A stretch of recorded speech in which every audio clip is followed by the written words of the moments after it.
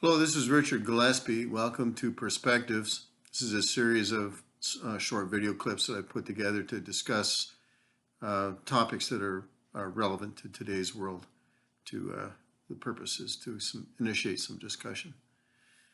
Today, I want to talk about the bombing of Hiroshima and Nagasaki in 1945. What was the complete story around it, and was it necessary? So let's start into that. The facts are that in 1945, the Americans were at war with. They just ended the war with Germany in the spring, and were at war with the Japanese, and it looked like there was going to be very fierce resistance as the Americans got closer to invading the main islands of Japan directly. So there was this is the story that we always get, is that the Americans bombed Hiroshima and Nagasaki to end that war, so that the millions of lives would have been saved by not having to invade Japan. But this is just a minor take on the story. The real story, let's go right back to 1938 actually, and let's start from there. 1938, it was discovered that nuclear fission, that is the splitting of uranium atoms, would release neutrons, and that would release energy, massive amounts of energy. So it was discovered that through fission, if you could get a chain reaction process going, you could you could weaponize it and create a nuclear bomb from this.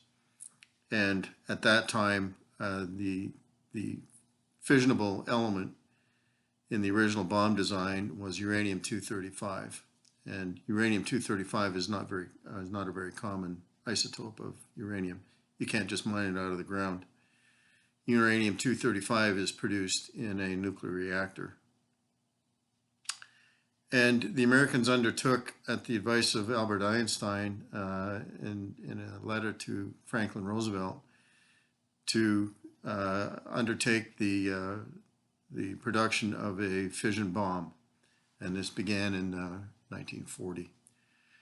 Actually began even earlier, but it really got underway in around 1940.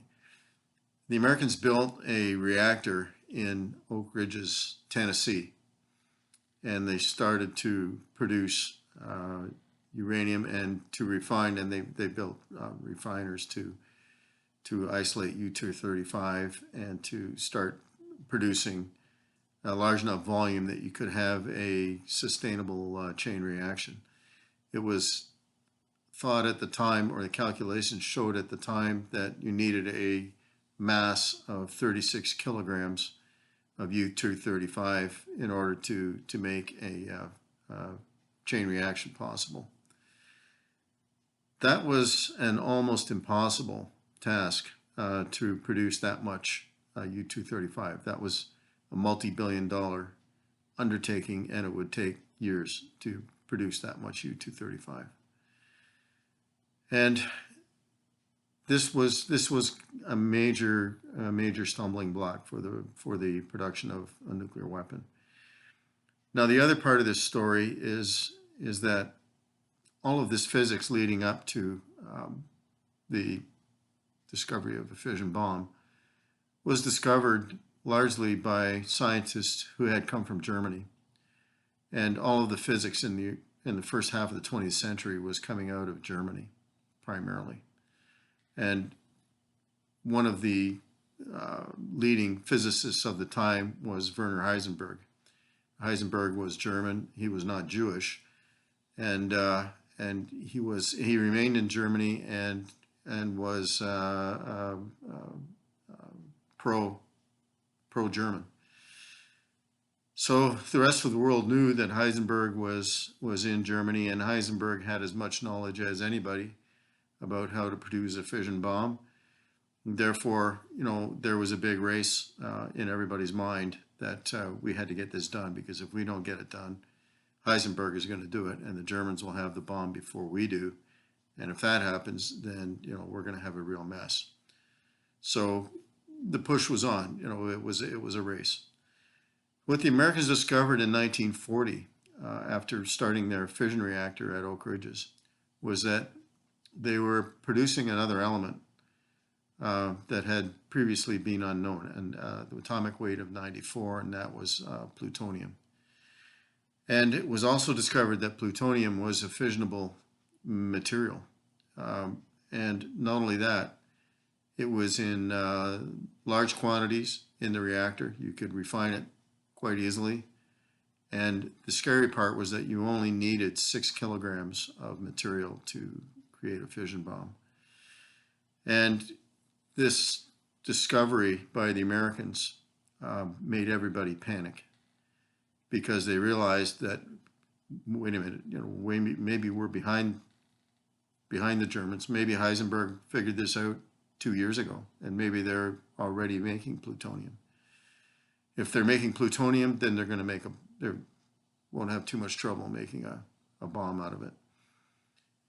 And the mass and the size of the weapon would be small enough that it could be delivered. So this was a major panic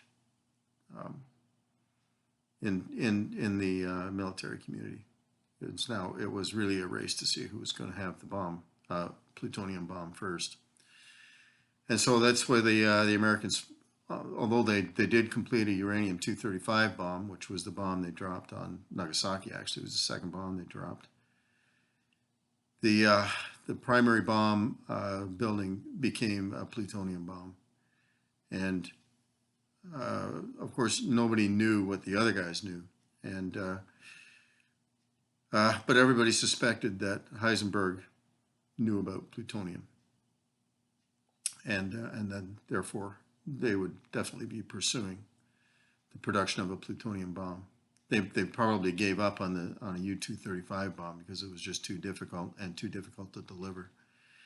But the plutonium bomb was a whole different ballgame.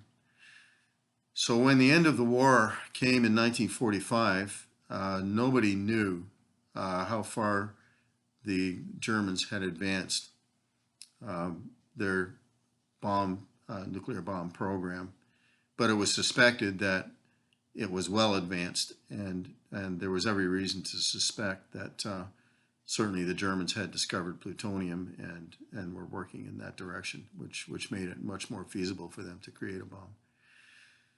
So the real push was on for the Americans to create a bomb first, and what they really had to do was the world was at a big turning point at that point in time. The Soviet Union had invaded and taken over Germany, and as the Americans had as well. But the Soviet Union had a very large army positioned in Germany, and they were not reducing the size of their army after the surrender. They were actually building their army up.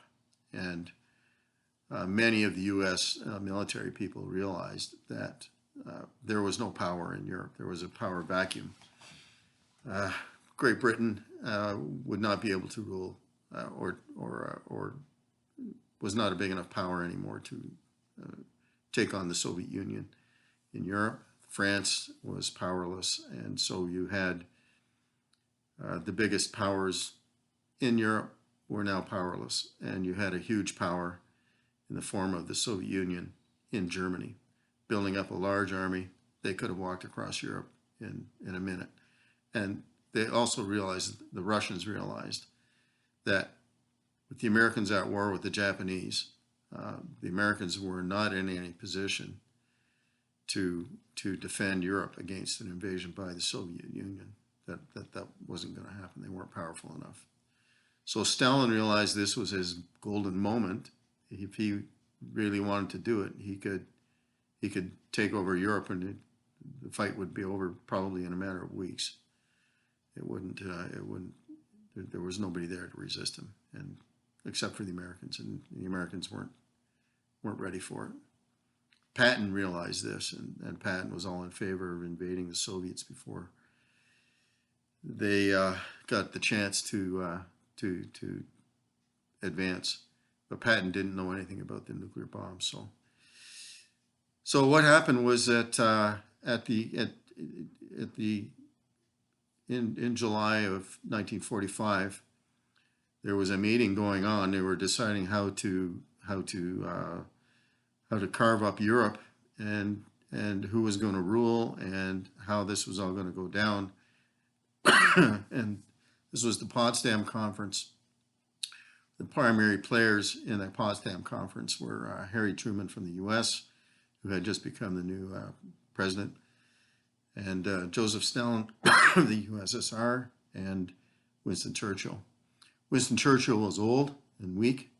Stalin knew that. He knew that the Brits were not in any position to stop him from doing whatever he wanted.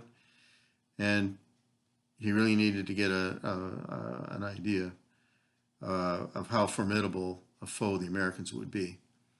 And but basically, he had lost his fear of the Americans.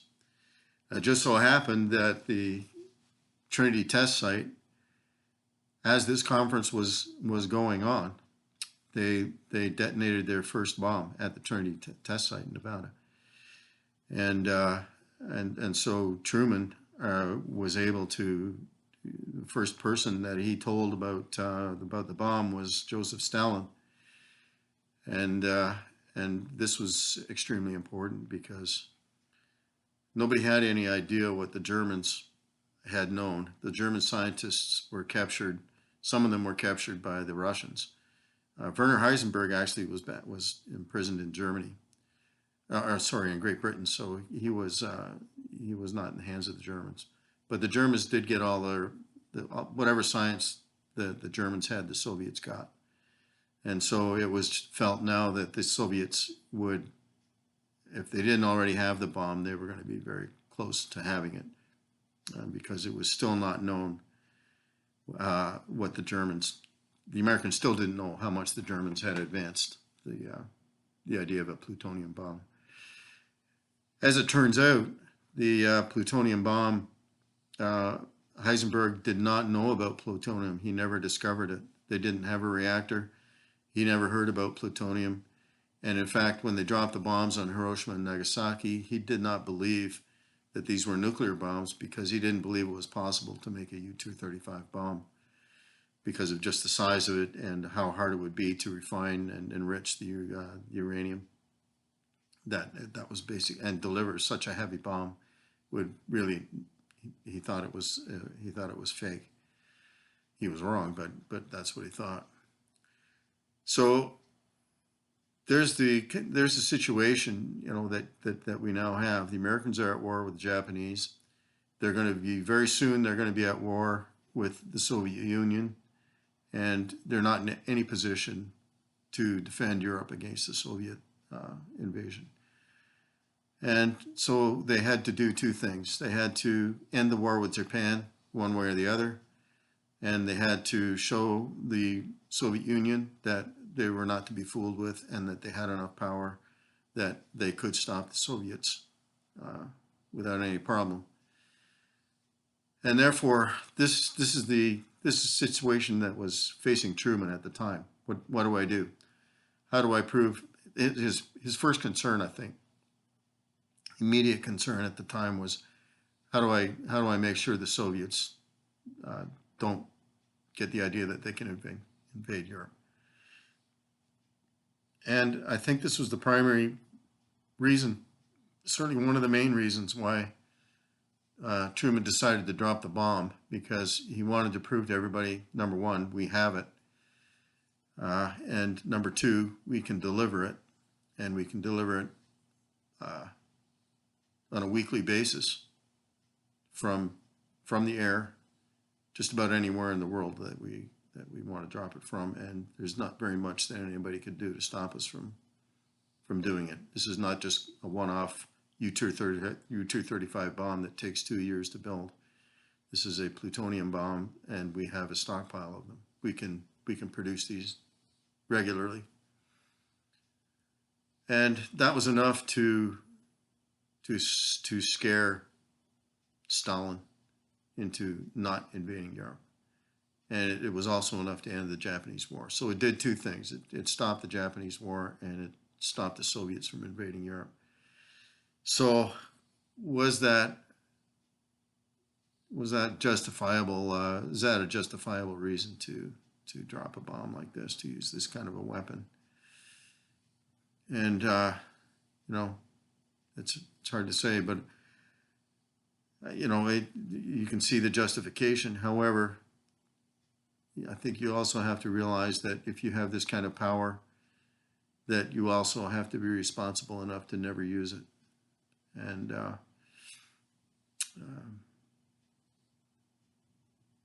is there ever a reason, a justifiable reason for using this kind of a weapon? And the answer to that is going to have to be no. There is no circumstances under which weapons of this magnitude can be used. You can't come up with a good enough reason for using them. If somebody's going to take over, just let them take over, and eventually they'll disappear. But these kinds of weapons, you can understand the situation that Truman was in. And although these were big weapons, I mean, they were not so huge. These were city weapons. In other words, you could eradicate a city. You couldn't eradicate a country.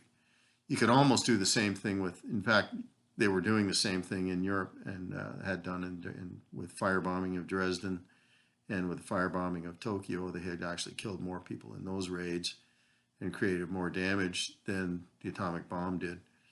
The atomic bomb was fairly local, and